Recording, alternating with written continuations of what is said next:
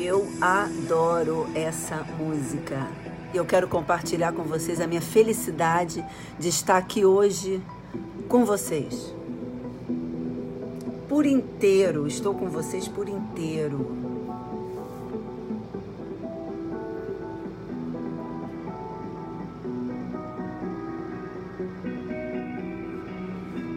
Quero agradecer as minhas grandes amigas que divulgaram comigo essa live. Tá aparecendo aqui no Instagram? Vocês estão conseguindo ver? Eu acho que eu vou encerrar essa live do Instagram e começar outra. Joga um coraçãozinho para eu ver se esse Instagram tá aparecendo.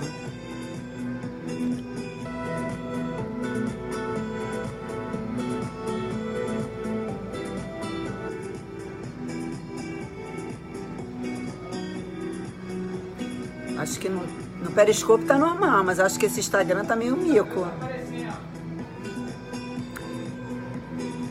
Ah, tô vendo os coraçõezinhos. Então é porque o Instagram também está funcionando. Muito bem.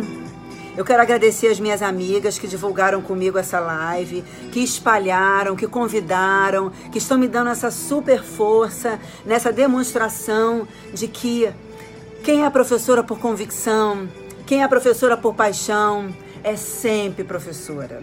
Eu vou fazer um grande desabafo para vocês. Não é mole a magistratura. Conciliar ser professora na vara difícil, muito difícil que eu estou, não é uma tarefa fácil. Passei 2 anos difíceis, 2016, 2017, esse começo de 2018, a vida é feita de escolhas. Precisei escolher me dedicar a essa minha vara, mas resolvi voltar. Resolvi voltar porque esse ano eu completo bodas de prata. 10 anos promotora, 15 anos juíza. E eu não podia deixar de retomar com vocês essas lives para demonstrar o quanto o importante na vida é crescer e multiplicar. Se a gente multiplica a sabedoria, tudo volta em prol da gente. Eu tenho 2 filhos universitários, um à beira da universidade e outro na faculdade. Eles só vão ter se eles derem. Então eu estou aqui para dar a vocês, dar todo o meu conhecimento. E a gente hoje vai fazer um estudo muito interessante. Vamos fazer um estudo ligado à responsabilidade civil. Vamos fazer um estudo ligado a atos ilícitos. Nós vamos falar nos atos emulativos e nos ilícitos funcionais. Me conta, você já ouviu falar sobre isso? Já ouviu falar sobre esses atos emulativos e sobre os ilícitos funcionais? Então pega um papel, pega uma caneta para você poder fazer as anotações sobre o que nós vamos conversar, tá certo? Tema que eu acho muito quente para um concurso como esse do Ministério Público que está por aí, principalmente aqui do estado do Rio de Janeiro. Isso aí, tô vendo que tem gente que já sabe o que é ou já veio preparado para a nossa live e por isso eu fico muito feliz. Vamos lembrar? Vamos começar devagar, tá? Agradecendo mais uma vez, vamos parar aí as perguntas, vamos botar só os coraçõezinhos para eu ter certeza que está tudo funcionando, tá certo? O que é responsabilidade civil? A cola está no primeiro artigo que trata de responsabilidade civil no Código Civil. Você vai lá, abre o seu código no artigo 927 e você encontra: aquele que por ato ilícito causar dano, fica obrigado a repará-lo. Responsabilidade civil é esta obrigação de reparar o dano que nasce quando alguém pratica um ato ilícito. E se você olhar bem para o artigo 927, você vai ver que depois que ele diz aquele que por ato ilícito causar dano, ele abre um parênteses e põe 2 artigos, 186 e 187 do Código Civil. Ou seja, aquele que por ato ilícito causa dano tem a obrigação de reparar esse dano. Mas o que é ato ilícito? O que é ato ilícito está nesses 2 artigos, no artigo 186 e no artigo 187. Aí você é curioso, abre os dois artigos, abre o artigo 186 e abre o artigo 187 e vai encontrar dois atos ilícitos.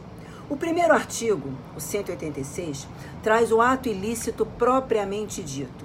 Ele traz uma definição do que é ato ilícito. Aí ele diz lá: comete ato ilícito aquele que por ação ou omissão, voluntária negligência ou imprudência, viole direito e causa dano, ainda que exclusivamente moral. Desse artigo 186, inclusive, nós podemos retirar os pressupostos ou os requisitos do ato ilícito, né?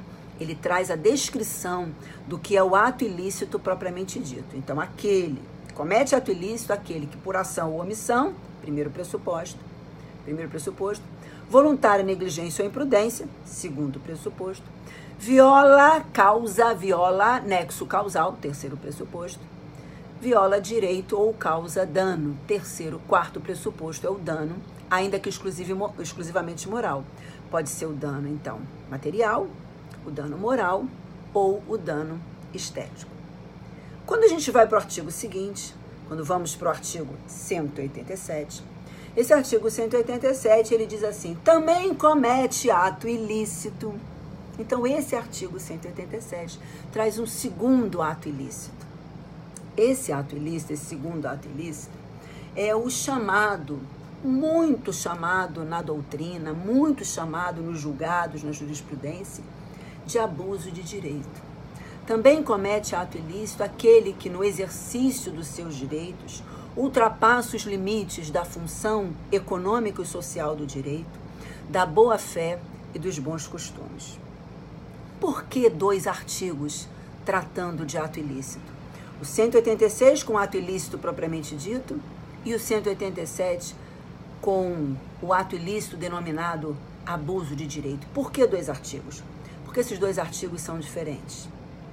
E a doutrina, ela não gosta muito da nomenclatura abuso de direito, porque abuso de direito é ato ilícito, mas tem dentro da nomenclatura a palavra direito. É esquisito pensar que pratica ato ilícito quem tem um direito, mas é exatamente isso. Esse artigo 187, ele prevê que certas pessoas possuem direitos e, por vezes, ultrapassam alguns limites fixados na lei, fixados no artigo 187, para o exercício desse direito. E aí, ao ultrapassarem esses limites, acabam violando, desviando de uma conduta lícita. Lícito, irregular, é ter um direito e exercer esse direito dentro de limites. Mas, quando ultrapassa o limite, quando ultrapassa a faixa da função econômica e social, da boa-fé, dos bons costumes, então transvia, vai para o outro lado, e aí nasce o abuso de direito. Mas a doutrina, repito, não gosta desse nome abuso de direito e prefere chamar exatamente de ato emulativo. Ato emulativo porque é um ato vazio, é um ato sem nada. O titular do direito, ao invés de olhar para a função social que tem a ver com a boa-fé, que tem a ver com os bons costumes, que tem a ver com a função econômica e social do direito, o titular do direito vai além. E aí ele pratica um ato vazio, um ato que para o direito, para a Constituição, não tem significado, não tem porquê. Deve ser combatido esse ato. Esse ato seria o ato emulativo. E aí vem a pergunta: Lúcia, então eu posso dizer que ato emulativo é sinônimo? Gente, tá com o coraçãozinho? Tá aparecendo? Eu posso dizer que ato emulativo é sinônimo de abuso de direito? Aí é que está. Não pode. Não pode dizer que é sinônimo, por quê? Porque o ato emulativo, ele tem entre um dos seus pressupostos a culpa, a intenção de causar dano. Você vai chamar de ato emulativo aquela pessoa que, na hora que estiver exercendo o seu direito, ultrapassar limites e quiser causar prejuízo, e tiver a intenção de causar prejuízo. Porque se a pessoa, na hora que está exercendo o direito dela, ultrapassa limites, causa dano, mas não tem essa intenção, ou nem causa dano, isso não é ato emulativo. O ato emulativo tem a intenção de causar dano. E o abuso de direito? O abuso de direito não. Olha para a redação do artigo 187. Olha para a redação do artigo 187. Se você vai fazer o concurso para o Ministério Público, você vai poder levar a lei, abrir a lei. Olha para esse artigo. Ele não usa a palavra voluntariedade. Ele não usa a palavra negligência, imprudência, imperícia. Ele não usa a palavra culpa. Também comete ato ilícito aquele que no exercício do seu direito ultrapassa os limites, mas não diz querendo causar dano. E vamos olhar mais? Nem diz que precisa causar dano. É exatamente por isso que, embora a natureza jurídica do abuso de direito seja ato ilícito, ele difere do ato emulativo. Porque o abuso de direito do artigo 187 não tem exigência do pressuposto da culpa.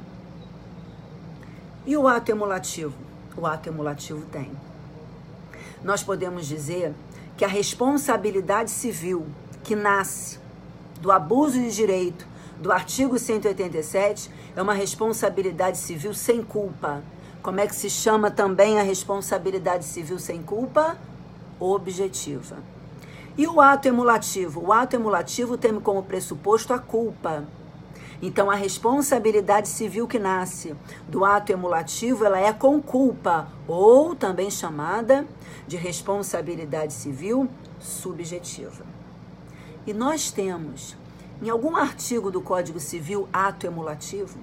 Em algum artigo do Código Civil nós temos uma hipótese em que o legislador previu que o abuso de direito precisaria da intenção de causar dano? Sim. Você vai lá para a parte do código que trata de direitos reais, que trata de propriedade, e você vai abrir o artigo 1228. Quando você abre o artigo 1228, no seu parágrafo 2º, que trata do abuso do direito de propriedade, né? Quando o proprietário ultrapassa o regular exercício do direito de propriedade, você vai ver lá que a lei coloca expressamente, traz expressamente essa previsão da intenção de causar o dano. Eu vou ler aqui para você o artigo 1228. O proprietário pode... Não, é o parágrafo 2º. Eu vou ler porque esse artigo tem que ficar guardado aí em você. 1228, parágrafo 2º. São defesos, são proibidos os atos que não trazem ao proprietário qualquer comodidade ou utilidade. E, olha agora, e sejam animados pela intenção de prejudicar outrem.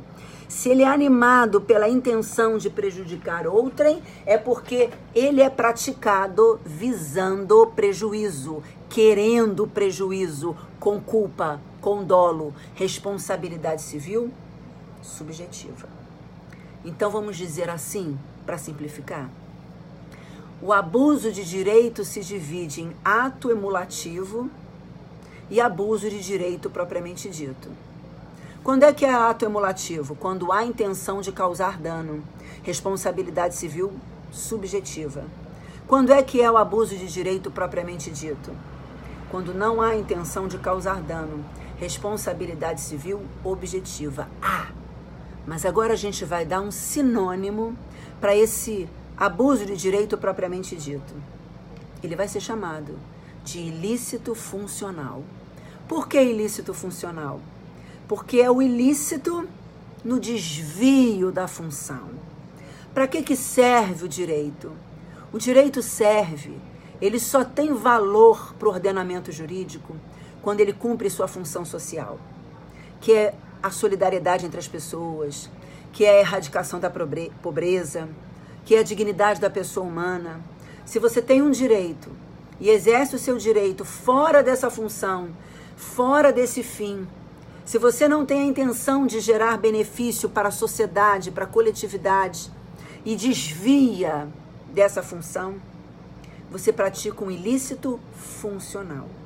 Então, o que é o ilícito funcional? É o abuso de direito propriamente dito. Esse do artigo 187, com responsabilidade civil objetiva. E o que é o abuso de direito ato emulativo? Abuso de direito em sentido amplo, que se divide em ato emulativo e ilícito funcional. O que é o ato emulativo? É aquele abuso de direito com intenção de causar dano. E aí o que você vai mais ver hoje na jurisprudência, quando você ficar efetuando a leitura dos enunciados, dos informativos, da jurisprudência do STJ, o que você mais vai encontrar são exemplos de abuso de direito. Então eu vou te dar alguns exemplos de abuso de direito, muito comuns, né? Aquela pessoa que ingressa em juízo para efetuar a cobrança de uma dívida que sabe que já está paga. Eu vou cobrar a dívida mesmo já estando paga, porque você sabe que propor uma ação contra alguém é prejudicar a pessoa, é gerar trauma na pessoa, a pessoa vai a juízo, é chamado de réu. Se uma pessoa propõe uma ação em face da outra, cobrando uma dívida que sabe que está paga, qual é a função desse ato, dessa conduta? Qual é o fim econômico de uma ação de cobrança? Receber. Se sabe que já está paga? Abuso de direito. Vamos ver outro exemplo? Aquelas cláusulas nos contratos que limitam o tempo de internação do paciente, o tempo de internação hospitalar. Não, se você contrata um seguro-saúde e digo para a pessoa que se ela tiver qualquer problema de saúde, ela vai poder ser internada. Mas lá no meio do contrato vem dizendo que a internação no CTI se limita a 72 horas. E como é que eu vou saber se no dia que eu precisar de internação, eu só vou precisar de 72 horas no leito de um CTI? Essa previsão, exatamente, enunciado 302, essa previsão no contrato, ela traz uma cláusula ilícita, por abuso de direito. Um ilícito funcional, melhor dizendo. Outro exemplo que a gente pode dizer é aquela pessoa que tem um bar, né? Que tem um bar, mas não deixa determinadas pessoas entrarem. Eu não deixo aqui no meu bar venha entrar um casal homoafetivo. Eu não deixo que aqui no meu bar venha e entre pessoas de determinada religião. Essa é uma conduta abusiva, porque se eu tenho um bar, qual é o fim econômico? Ganhar dinheiro, tenho que receber todas as pessoas, fere os bons costumes, fere a dignidade, a moral média das pessoas, que certas pessoas, em razão do seu comportamento individual, do seu interesse sexual, por conta do seu interesse religioso, fiquem impedidas de frequentar determinados lugares, não é? Outro exemplo muito comum de abuso de direito, aquela cobrança vexatória, né? Por isso abusiva, de colocar o nome do devedor do condomínio fixado lá na parede dos corredores da portaria ou do elevador. Essa também é uma conduta abusiva. Ela também revela ilicitude. E era isso. Eu vim aqui hoje para conversar com você sobre